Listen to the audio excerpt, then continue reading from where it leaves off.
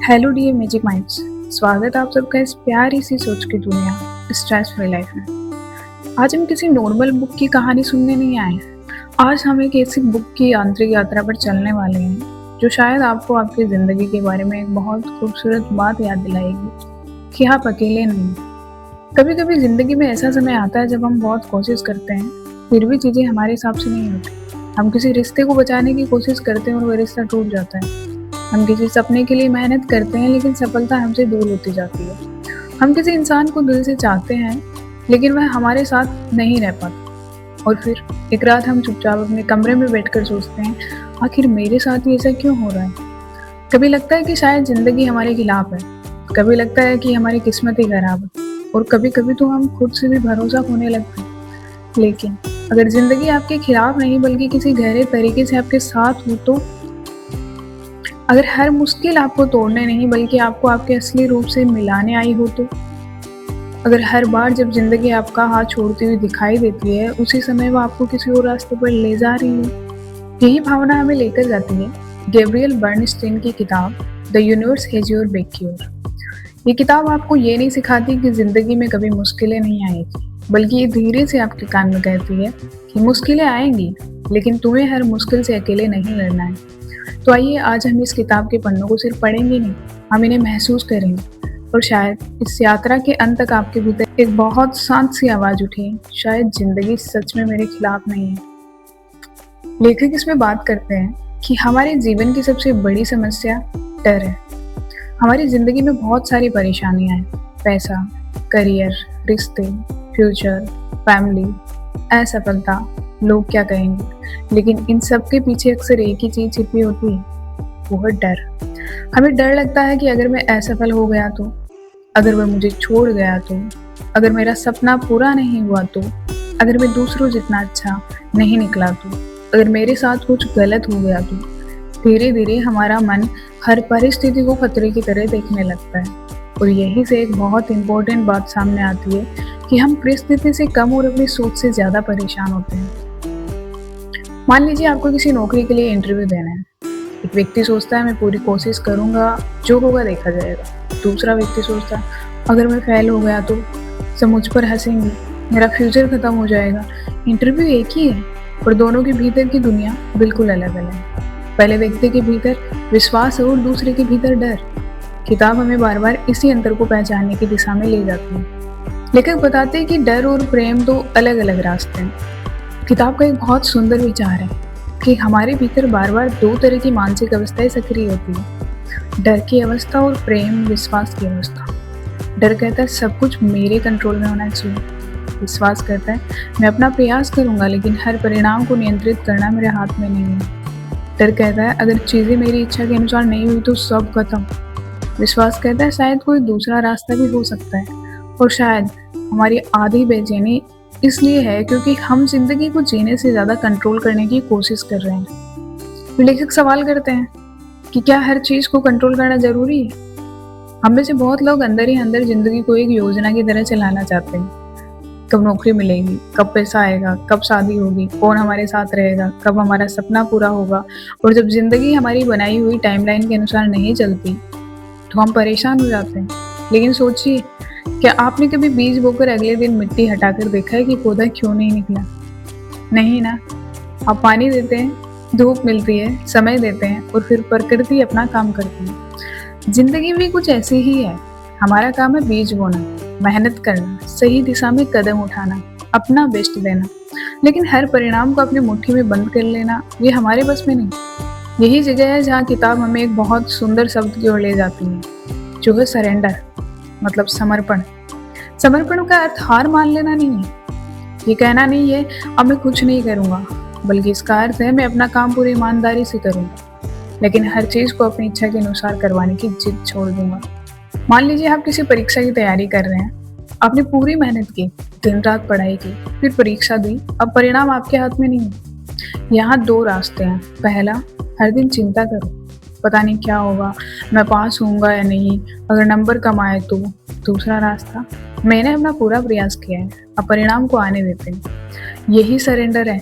इसका मतलब ये नहीं कि आपको परिणाम की परवाह नहीं, बल्कि इसका अर्थ है परिणाम की चिंता को अपनी वर्तमान जिंदगी पर कब्जा न करने देना।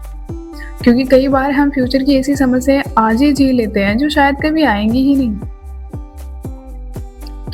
किताब का ये मैसेज बहुत गहराई से महसूस किया जा सकता है कि हम अक्सर कहते हैं मेरे साथ ऐसा क्यों हुआ, लेकिन शायद कभी कभी हमें प्रश्न बदलना चाहिए। मेरे साथ ऐसा क्यों हुआ की जगह पूछिए अब मैं इसे क्या सीख सकता हूँ। एक रिश्ता टूट गया, शायद दर्द होगा, लेकिन क्या वह रिश्ता आपको अपने बारे में कुछ सिखा कर गया? एक अवसर हाथ से निकल गया, क्या उसने आपको किसी नई दिशा में देखने के लिए मजबूर किया? किसी ने आपको रिजेक्ट कर दिया, क्या उसने आपको ये सिखाया कि आपकी वैल्यू किसी दूसरे व्यक्ति की एक्सेप्टेंस से तय नहीं होती? हम हर घटना को तुरंत अच्छा या बुरा घोषित कर देते हैं, लेकिन जिंदगी की पूरी कहानी हमें उसी क्षण दिखाई नहीं देती। कभी कभी जो चैप्टर हमें सबसे दुखद लगता है वही आगे चलकर हमारी कहानी का सबसे इम्पोर्टेंट चैप्टर बन जाता है। अब सवाल आता है कि यूनिवर्स हैज योर बैक का अर्थ है कि यूनिवर्स हमारी हर इच्छा पूरी करेगा? नहीं, ये विचार बहुत इम्पोर्टेंट है। इस किताब को सिर्फ इस तरह समझना ठीक नहीं होगा कि मैं जो मानूंगा यूनिवर्स वही देगा, बल्कि इसका गहरा मैसेज है जीवन पर ट्रस्ट करना सीखो। कभी कभी हम जिस चीज़ को चाहते हैं वह हमारे लिए सही नहीं होती, और कभी कभी जो चीज़ हमारे पास आती है हम पहले उसे स्वीकार नहीं करना चाहते, लेकिन समय के साथ हमें समझ आता है शायद यही मेरे लिए ज़रूरी था। इसलिए यूनिवर्स हैज योर बैक को एक खूबसूरत मानसिक दृष्टिकोण की तरह समझा जा सकता है कि मैं जीवन की हर परिस्थिति को नियंत्रित नहीं कर सकता, लेकिन मैं ये ट्रस्ट रख सकता हूँ कि हर परिस्थिति से सीखकर आगे बढ़ने की क्षमता मेरे भीतर है। अब लेखक भय से विश्वास की ओर की बात करते हैं। मान लीजिए आपका मन कहता है मैं नहीं कर सकता। आप उसे तुरंत झूठ बोलने के लिए मजबूर नहीं कर सकते, लेकिन आप उससे एक नया सवाल पूछ सकते हैं, क्या निश्चित है कि मैं नहीं कर सकता? फिर क्या मैं एक छोटा कदम उठा सकता हूँ? क्या मैं कोशिश कर सकता हूँ? क्या मैं किसी से मदद मांग सकता हूँ? यही छोटा बदलाव बहुत बड़ा हो सकता है। फियर कहता है सब खत्म हो गया। फेथ कहता है अभी पूरी कहानी खत्म नहीं हुई। फियर कहता है मुझे सब पता होना चाहिए। फेथ कहता है मैं एक एक कदम करके सीख सकता हूँ। फियर कहता है अगर मैंने कंट्रोल छोड़ा तो सब बिगड़ जाएगा। लेकिन फेथ कहता है मैं अपना प्रयास करूंगा और बाकी को धीरे धीरे स्वीकार करना सीखूंगा। लेखक बताते हैं कि हमारे भीतर एक आवाज़ होती है जो बहुत तेज नहीं होती, वह चिल्लाती नहीं, वह डराती नहीं, वह बस धीरे से कहती है कि ये सही नहीं लग रहा, या एक बार और कोशिश करो ना, या थोड़ा रुक जाओ, या उसे माफ कर दो, या अब आगे बढ़ने का समय है। ये इंट्यूशन हो सकता है, हमारी अंदरूनी समझ। लेकिन समस्या ये है कि हमारा मन इतना शोर से भरा हुआ है कि हम उस शांत आवाज को सुन ही नहीं पाते। हम नोटिफिकेशन सुनते हैं, दूसरों के ओपिनियन सुनते हैं, सोशल मीडिया सुनते हैं, अपने डर सुनते हैं, लेकिन अपने भीतर की शांति को सुनना भूल जाते हैं। इसीलिए किताब मेडिटेशन और इनर कनेक्शन जैसे अभ्यासों की ओर भी ध्यान दिलाती है। इमेजिन कीजिए एक गिलास में पानी भरा है और आप उसे लगातार हिलाते जा रहे हैं। पानी में सब कुछ दिखाई देगा, बस स्पष्टता नहीं। अब गिलास को टेबल पर रख दीजिए। कुछ देर बाद पानी शांत होने लगेगा और धीरे धीरे नीचे बैठी चीजें दिखाई देने लगेंगी। हमारा मन भी ऐसा ही है। जब हम लगातार सोचते रहते हैं क्या होगा, क्यों हुआ, अब क्या करूं, तो मेरे बारे में क्या सोचता होगा, तो भीतर क्लैरिटी नहीं रहती। इसलिए कभी कभी जिंदगी में सॉल्यूशन खोजने से पहले हमें थोड़ा शांत होना पड़ता है। कुछ मिनट चुप बैठना, गहरी सांस लेना, प्रार्थना करना, मेडिटेशन करना, अपने विचारों को ऑब्जर्व करना, ये छोटी चीजें हमारे भीतर जगह बनाती हैं। अब लेखक रिश्तों में डर नहीं प्रेम की बात करते हैं। हमारे बहुत से रिश्तों में प्यार के साथ साथ डर भी छिपा होता है। हम कहते हैं कि मैं उसे बहुत प्यार करता हूँ, लेकिन कभी कभी उसके पीछे छिपा होता है मुझे डर है कि वो मुझे छोड़ने दे। हम कहते हैं मैं उसकी बहुत केयर करता हूँ, लेकिन कभी कभी उसके पीछे होता है मुझे डर है कि वह मेरी बात नहीं मानेगा। यानी प्रेम और अटैचमेंट के बीच फर्क समझना बहुत जरूरी है। सच्चा प्रेम किसी व्यक्ति को अपनी प्रॉपर्टी नहीं बनाता, और यही बात खुद पर भी लागू होती है। आगे लेखक फॉरगिवनेस यानी खुद को आज़ाद करने की बात करते हैं। कभी किसी ने आपको बहुत दुख दिया, ऐसा कुछ कहा जिसे आप आज तक नहीं भूल पाए। शायद आपने बाहर से कहा मैंने उसे माफ़ कर दिया, लेकिन भीतर कहीं वह घटना अभी भी जीवित है। फॉरगिवनेस का अर्थ ये नहीं कि सामने वाले ने जो किया वह सही था, और न ही इसका अर्थ ये है कि आपको उसी व्यक्ति को दोबारा अपनी जिंदगी में आने देना है। फॉरगिवनेस का एक अर्थ ये भी है कि मैं इस दर्द को हमेशा अपने साथ लेकर नहीं चलना चाहता, क्योंकि कभी कभी हम किसी दूसरे की गलती की सजा खुद को बहुत सालों तक देते रहते हैं। उसने हमें एक बार चोट पहुंचाई थी, लेकिन हम उस घटना को बार बार याद करके खुद को 100 बार चोट पहुंचाते हैं। माफी कभी कभी दूसरे के लिए नहीं, अपने मन की आजादी के लिए होती है। किताब में मिरेकल्स यानी चमत्कार की भी बात आती है, लेकिन मिरेकल को केवल किसी जादुई घटना की तरह देखना जरूरी नहीं। कभी मिरेकल होता है जो बहुत डर के बाद भी आप पहला कदम उठाते हैं। कभी मिरेकल होता है जब महीनों बाद आपका मन फिर से मुस्कुराता है। कभी मिरेकल होता है जब आप किसी पुराने दर्द को छोड़ देते हैं। कभी मिरेकल होता है जब आप खुद को पहली बार स्वीकार करते हैं। और कभी मिरेकल होता है जब आपको समझ आता है कि जिस चीज के पीछे आप भाग रहे थे वो आपकी खुशी का असली सोर्स था ही नहीं। सबसे बड़ा चमत्कार शायद यही है, आपका अपने भीतर वापस लौट आना। जीवन में कुछ रातें ऐसी होती है जब फोन हाथ में होता है लेकिन किसी को मैसेज करने का मन नहीं करता। आंखों में आंसू होते हैं लेकिन किसी को बताने का मन नहीं करता। मन में हजार सवाल होते हैं लेकिन जवाब देने वाला कोई दिखाई नहीं देता। ऐसे में ये बुक हमें एक बहुत सॉफ्ट विचार देती है कि आप अकेले महसूस कर सकते हैं, लेकिन आपको हमेशा अकेले ही सब कुछ उठाना जरूरी नहीं है।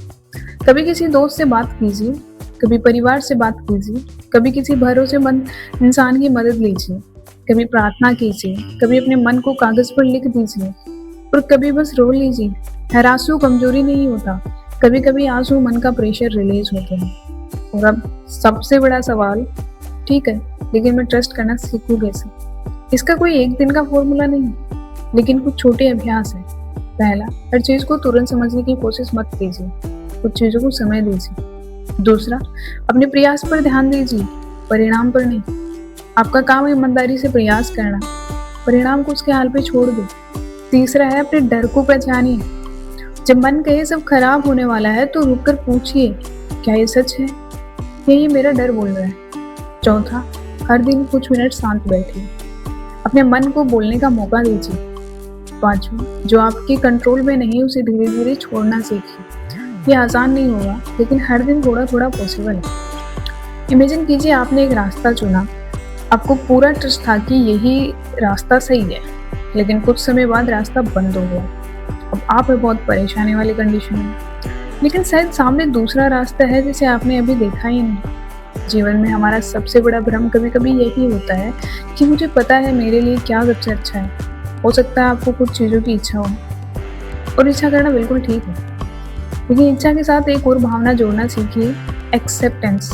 मैं ये चाहता हूँ, मैं इसके लिए मेहनत करूँगा, लेकिन अगर जीवन मुझे कोई दूसरा रास्ता दिखाता है तो मैं उसे देखने के लिए भी तैयार रहूँगा। ये बहुत गहरी फ्रीडम है। लेखक कहते हैं कि एक खूबसूरत कल्पना कीजिए, आप एक कार में बैठे हैं, आपके हाथ में स्टीयरिंग है।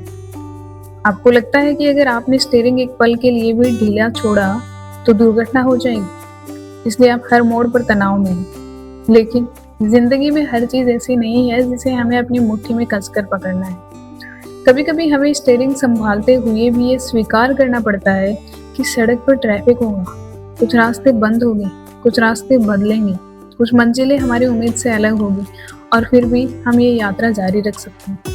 अगर इस पूरी किताब की यात्रा को कुछ सरल शब्दों में समेटना हो तो शायद वो कुछ ऐसी होगी कि डर से ज्यादा ट्रस्ट को चुनो, कंट्रोल से ज्यादा सरेंडर सीखो, अतीत के दर्द से ज्यादा फॉरगिवनेस चुनो, दूसरों की आवाज से ज्यादा अपने इनर गाइडेंस को सुनो, भविष्य की चिंता से ज्यादा वर्तमान को जियो, और सबसे इम्पोर्टेंट, ये मत मानो कि हर मुश्किल इस बात का प्रमाण है कि जिंदगी तुम्हारे खिलाफ है। कभी कभी मुश्किल सिर्फ मुश्किल होती है, लेकिन उस मुश्किल से निकलने के दौरान आप मजबूत बन सकते हैं, कुछ नया सीख सकते हैं, अपनी सीमाएं समझ सकते हैं, गलत लोगों से दूर हो सकते हैं, सही लोगों को पहचान सकते हैं, और सबसे बढ़कर खुद के करीब आ सकते हैं। लेखक यहाँ एक छोटी सी कहानी का जिक्र करते हैं कि मान लीजिए एक लड़की का सपना था कि उसे एक खास जगह नौकरी मिले। उसने बहुत मेहनत की, लेकिन उसे क्या मिला? रिजेक्शन। पहले दिन उसने रोते हुए कहा, मेरे साथ ही ऐसा क्यों होता है? कुछ दिनों तक वो परेशान रही, फिर उसने दूसरी जगह अप्लाई किया, वहां उसे नौकरी मिल गई। कुछ महीने बाद उसे एहसास हुआ कि अगर पहली जगह उसे नौकरी मिल जाती तो शायद वह इस नए अवसर तक कभी पहुंचती ही नहीं। अब वह पीछे मुड़कर देखती है और सोचती है, जिस दिन मुझे रिजेक्ट किया गया था उस दिन मुझे लगा था कि जिंदगी मेरे खिलाफ है, लेकिन शायद ज़िंदगी मुझे एक अलग रास्ते पे ले जा रही है। यही इस बुक का इमोशन है। हम भविष्य नहीं देख सकते, इसलिए हर घटना का अंतिम अर्थ उसी पल तय मत कीजिए और अब अपनी ज़िंदगी की ओर लौटते हैं। अब एक पल के लिए किताब को यहीं रखिए, आंखें बंद कीजिए और खुद से पूछिए, मैं इस समय किस चीज़ से सबसे ज़्यादा डरा हुआ हूँ। फिर पूछिए, क्या मैं इसे पूरी तरह कंट्रोल कर सकता हूँ? अगर जवाब है नहीं, तो एक गहरी सांस लीजिए और मन से कहिए, मैं अपना बेस्ट करूँगा, लेकिन हर चीज़ को कंट्रोल करने की कोशिश नहीं करूँगा। फिर कहिए, जो मेरे हाथ में है मैं उसे प्रेम से संभालूंगा, जो मेरे हाथ में नहीं है उसे धीरे धीरे छोड़ना सीखूंगा। और लास्ट में, मुझे भी पूरी ज़िंदगी समझने की ज़रूरत नहीं है, क्योंकि एक ही दिन में ज़िंदगी समझ नहीं आती है। मुझे सिर्फ अगला सही कदम उठाना है, शायद यही विश्वास है। लेखक बताते हैं कि ज़िंदगी हमेशा आसान नहीं होगी। कुछ लोग आएंगे और चले जाएंगे, कुछ सपने पूरे होंगे, कुछ सपने बदल जाएंगे, कुछ दरवाजे खुलेंगे, कुछ दरवाजे हमेशा के लिए बंद हो जाएंगे, और कुछ रातें ऐसी भी आएगी जब आपको लगेगा कि मैं बिल्कुल अकेला हूँ। लेकिन उस समय खुद को याद दिलाइए, आपके भीतर सांस लेने की पावर है, फिर से उठने की क्षमता है, सीखने की पावर है, प्यार करने की पावर है, माफ़ करने की क्षमता है, और सबसे बड़ी बात, फिर से शुरुआत करने की क्षमता है। इसलिए शायद यूनिवर्स हेजो और बेक का सबसे खूबसूरत याद ये नहीं कि ज़िंदगी में आपके साथ कभी कुछ बुरा नहीं होगा, बल्कि ये है कि जब ज़िंदगी आपके सामने अनजान रास्ता रखे, तब भी आप ये विश्वास रख सकते हैं कि आप उस रास्ते पर चलने की पावर रखते हैं। आपको हर उत्तर आज ही नहीं चाहिए, आपको हर समस्या अभी सोल्व नहीं करनी, आपको पूरी मंजिल अभी देखने की जरूरत नहीं। कभी कभी बस एक कदम, फिर दूसरा, फिर तीसरा, और धीरे धीरे आपको एहसास होगा कि जिस रास्ते को आप अकेले चल रहे थे, उस रास्ते पर आपके भीतर एक रोशनी हमेशा मौजूद थी। और शायद वही इस बुक का सबसे सुंदर मैसेज है। डरो मत, जीवन को थोड़ा भरोसा दो, हर चीज को अपनी मुट्ठी में बंद मत करो। कभी कभी छोड़ना भी आगे बढ़ने का एक तरीका होता है। और अगर आज आपकी जिंदगी में कोई ऐसी चीज है जिसे लेकर आप बहुत परेशान हैं, तो आप उसे बदलने की कोशिश करने से पहले बस इतना कहिए, मैं अपना पूरा प्रयास करूंगा, लेकिन परिणाम को लेकर खुद को हर पल परेशान बिल्कुल नहीं करूंगा। जो होगा उससे मैं सीखूंगा, और जो भी रास्ता सामने आएगा मैं उस पर चलना सीखूंगा, क्योंकि शायद जिंदगी हमेशा हमारी इच्छा के अनुसार नहीं चलती, लेकिन इसका मतलब ये नहीं कि जिंदगी हमारे खिलाफ चल रही है। तो डियर मैजिक माइंड्स, अगर इस बुक की यात्रा आपके दिल तक पहुंची हो, तो इसे सिर्फ एक कहानी की तरह मत छोड़िए। आज अपनी जिंदगी की किसी एक चिंता को पहचानिए और उसमें से उस चीज को अलग कीजिए जो आपके कंट्रोल में है, और उस चीज को छोड़ दीजिए जो आपके कंट्रोल में नहीं है। ये छोटी सी शुरुआत शायद आपके मन में बहुत बड़ी शांति ला सकती है। तो इस बुक की यात्रा यहीं खत्म होती है, और जल्दी मिलूंगी आपसे फिर एक नई सोच, नए मैजिक और नई यात्रा के साथ। तब तक के लिए हंसते रहिए, मुस्कुराते रहिए, और जिंदगी जीने की इस अनमोल मौके को यूं ही मत जाने दीजिए, जी भर के जी लीजिए। Thank you.